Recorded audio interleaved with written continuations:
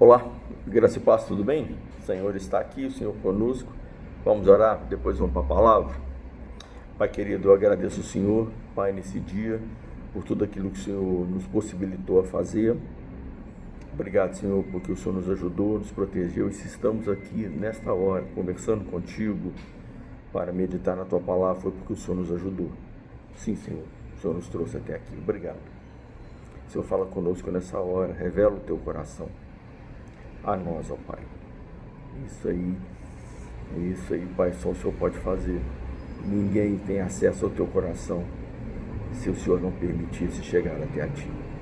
E nós já chegamos até essa hora.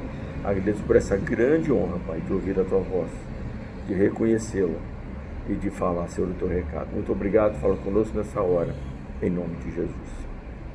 Prezados, hoje o nosso texto, ele está em Isaías, no capítulo 9. Nosso tema, ele se encontra em Isaías 9, e diz assim: entretanto, não haverá escuridão para a terra que estava aflita. Em tempos passados, ele humilhou a terra de Zebulon e a terra de Naftali, mas no futuro fará glorioso o caminho do mar, além do Jordão, a Galileia dos gentios. O povo que andava em trevas viu uma grande luz, e resplandeceu a luz sobre os que habitavam na terra da sombra da morte. Tu multiplicaste este povo e lhe aumentaste a alegria. Todos se alegrarão diante de ti, como se alegram na colheita, e como exultam quando se repartem os despojos. Pois quebraste o jugo da sua carga e a canga do seu ombro, que é a vara de castigo do seu opressor, como foi no dia de Midian. Porque todo calçado pesado de guerreiro, toda capa encharcada de sangue, serão queimados, destruídos pelo fogo. Porque o menino nos nasceu, o filho se nos deu, foi concebido. O governo está sobre os seus ombros, e o seu nome será Maravilhoso, Conselheiro, Deus forte, Pai eterno, Príncipe da paz.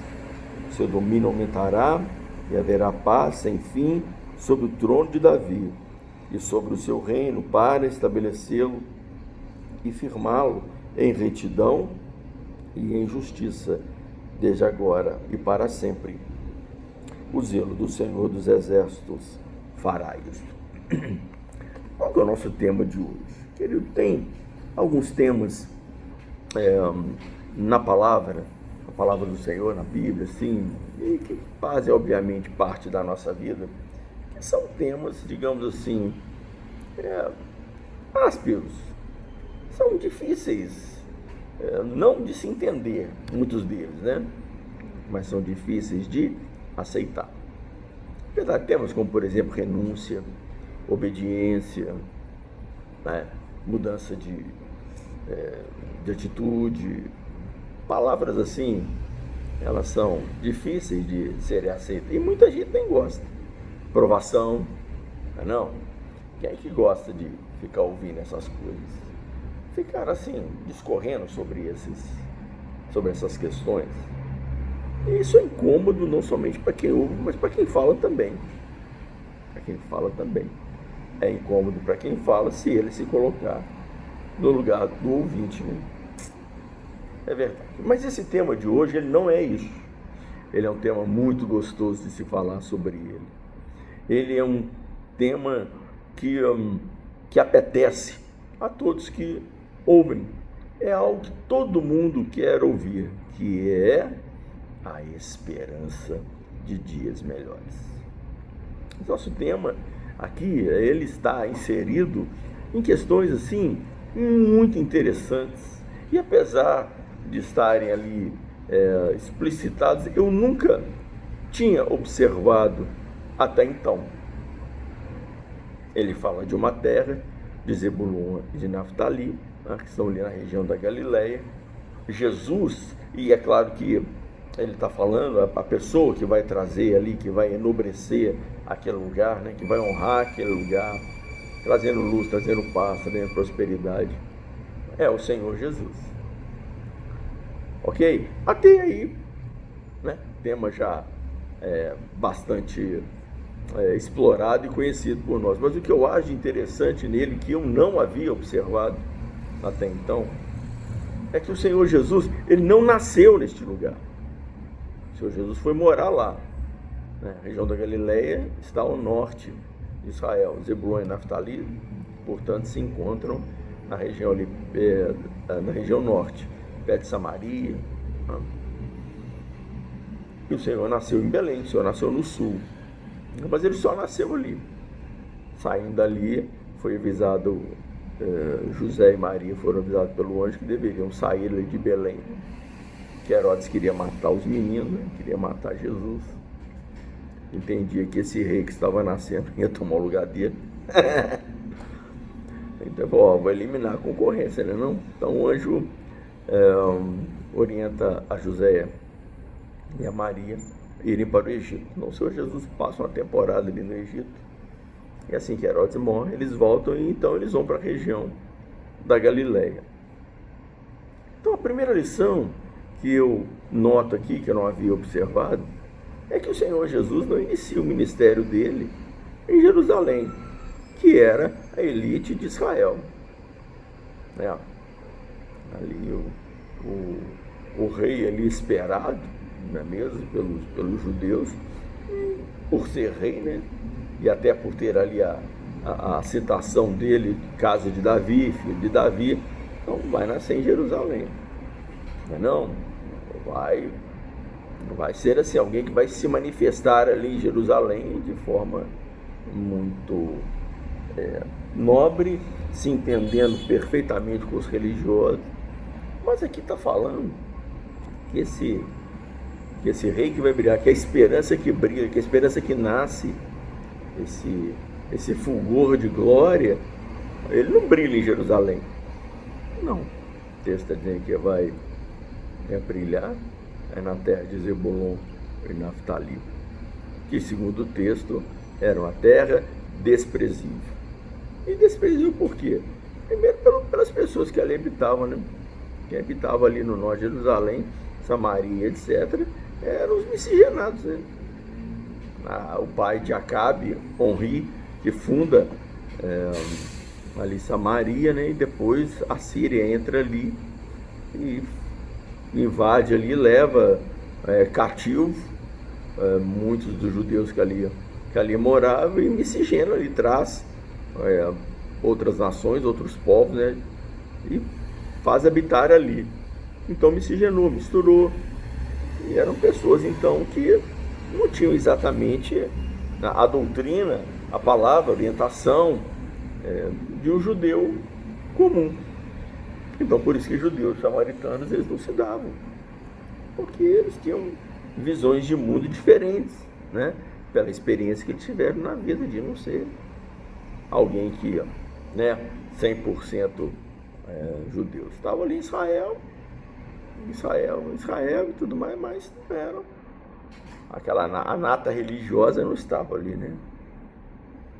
Então, diz a palavra que o Senhor Jesus, ele foi brilhar ali. E essa passagem me chamou muita atenção, porque eu não havia percebido isso, né? A gente ouve histórias de Jesus passando por Samaria, conversou com a mulher samaritana, ok? Aquela mulher sirofenícia, que está mais ao norte ainda, né? Ok, região fronteiriça ali com Israel. Mas eu não havia notado que o Senhor Jesus, ele vai morar ali, ele vai habitar ali. Portanto, querido, a primeira notação disso é que o Senhor Jesus não escolheu, que Deus não estabeleceu o Senhor Jesus morar no que tinha de melhor, mas ele foi morar no que tinha de pior. Um lugar desprezível, miscigenado, que não tinha nada de esperança de Deus ali, não é mesmo? Ou nada não, né? Tinha muito pouco de Deus ali, não era exatamente aquele lugar que a gente podia dizer santo, né? Não era, com certeza que não era. Então o Senhor Jesus foi morar ali, foi viver ali, e é ali que ele escolheu brilhar. Então, a partir dessa consideração, o que nós temos a dizer como as primeiras considerações sobre esse texto é que Zebulon e Naftali somos nós.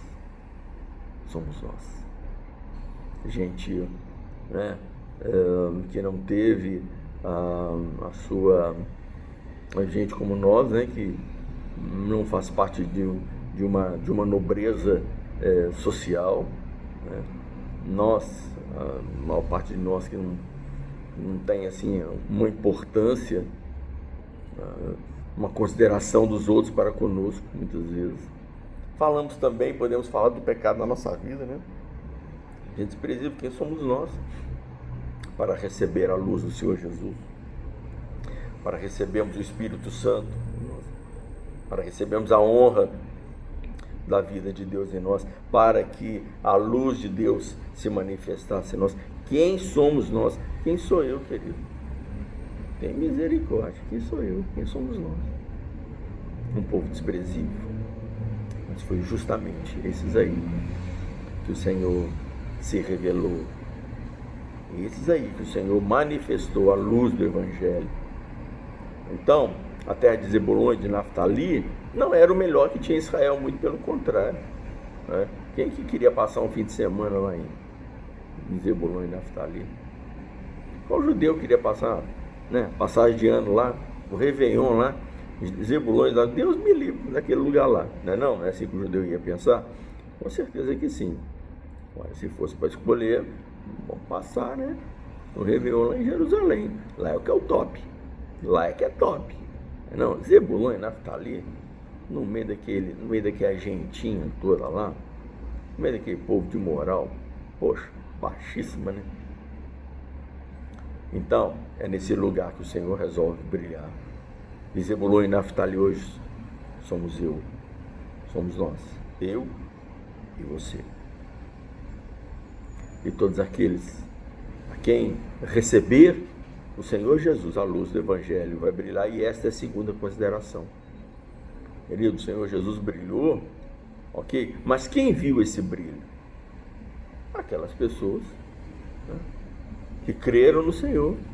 Aquelas pessoas, né, no sentido de ver aqui, aquelas pessoas que viram pessoas serem curadas, viu gente ser a vida restaurada, pessoas que viram ali o milagre daquela mulher sirofenista, ver a filha, não, livre de um demônio, estava ali, a cidade de Gadara, né, que está próximo ali também. Essas pessoas viram, mas e quantos duvidaram? A luz brilhou, mas quantos não viram? Então, a consideração que fazemos nesse momento é que não é simplesmente Jesus vai brilhar, como muita gente pode estar esperando, né?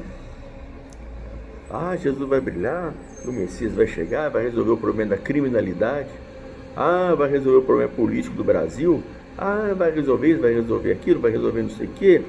Querido, o Senhor vai resolver, sim, mas naqueles que creem, aqueles que estão esperando por Ele, aqueles que estão oportunizando ao Espírito Santo a entrar nas suas próprias vidas e, de forma obediente, aceitar a voz do Senhor. Isso Ele vai transformar.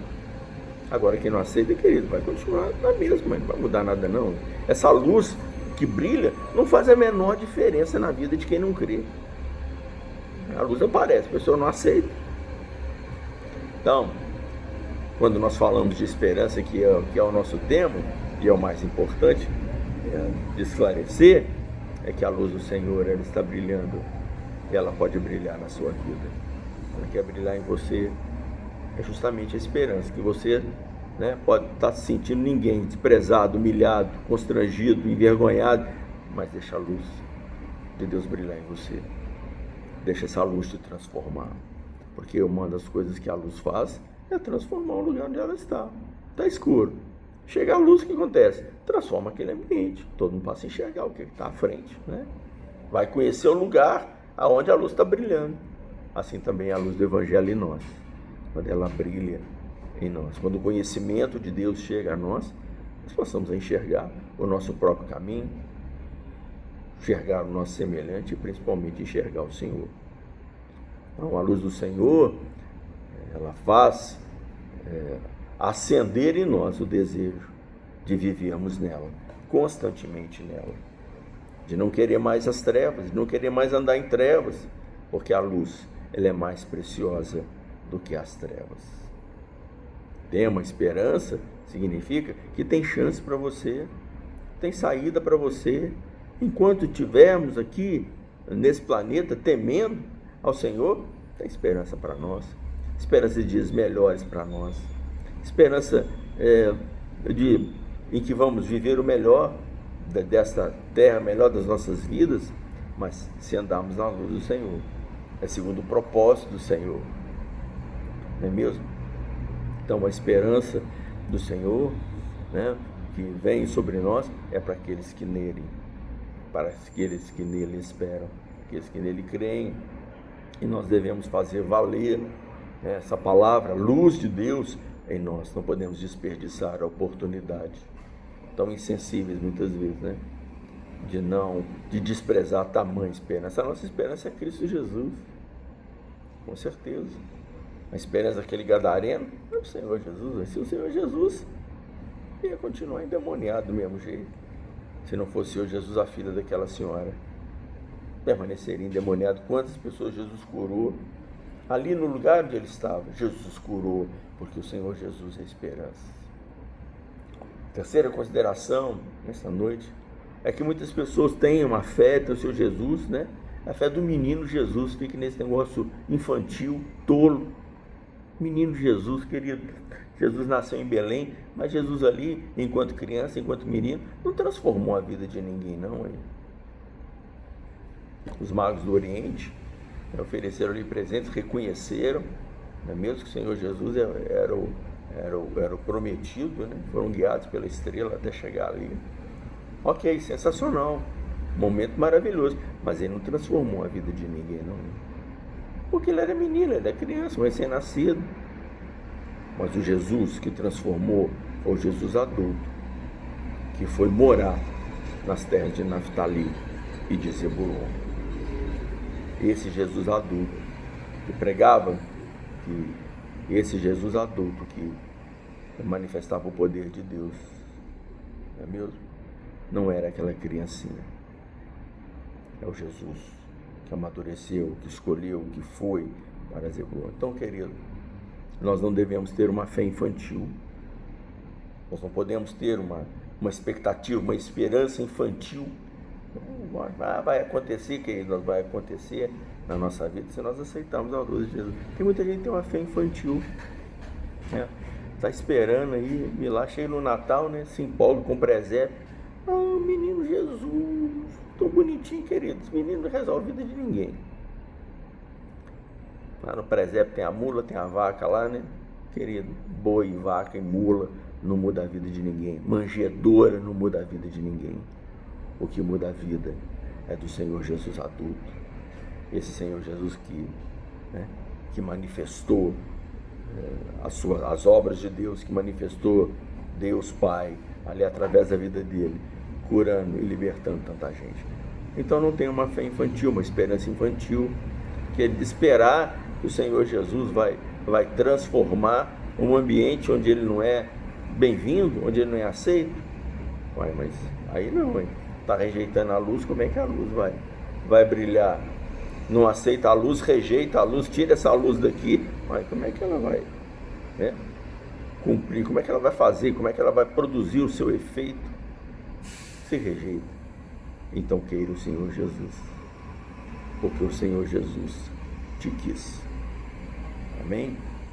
Ali a terra de Zebulon, de Naftali, ninguém dava um tostão para aquele lugar lá, mas o Senhor a considerou. Assim também somos nós. Ninguém dá um tostão por nós, mas o Senhor deu a vida dele, preço de sangue. Então não desperdice a oportunidade que você tem na sua vida de viver a bênção, a glória e a libertação do Senhor Jesus. Amém? Vamos orar? Pai querido, obrigado, Senhor, pela tua palavra. Sim, Senhor, livra-nos, Senhor, da nossa infantilidade, de achar, Senhor, que as coisas vão acontecer em nossa vida sem que nós antes, Senhor, não tenhamos, Senhor, uma atitude em relação a Ti, que é de ter comunhão contigo permanente, Senhor, disposto, Senhor, a permitir essa luz brilhar em nós, para que nós possamos enxergar, Senhor, aonde caminhamos. Pai, que ninguém esteja, Senhor, infantilizado, ignorando, Senhor, os perigos que está vivendo, sem a presença, sem a luz do Teu Santo Espírito, sem conversão, Senhor, mudança de vida. Deus, em nome de Jesus, ó Pai, mas ao contrário, nos faz maduros como o Senhor, que escolhe a luz, que escolhe receber a Tua palavra, que aceita a Tua presença, a luz que ilumina todo homem. Graças a Deus, obrigado por essa palavra.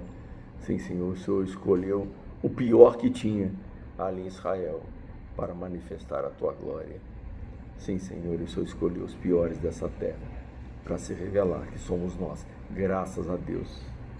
Sim, Senhor, agora me faz, já que o Senhor está em mim, me faz como o Senhor é. Ó Pai, que essa glória que já brilha em nossa vida possa se tornar madura cada dia mais, brilhar cada dia mais, ser mais e mais plena em nós, Pai. Obrigado pela Tua vida, obrigado pelo Senhor, louvado seja o Teu nome, em nome de Jesus. Amém, meu querido? Valeu? Se você gostou desse vídeo, dá um joinha lá, tá bom?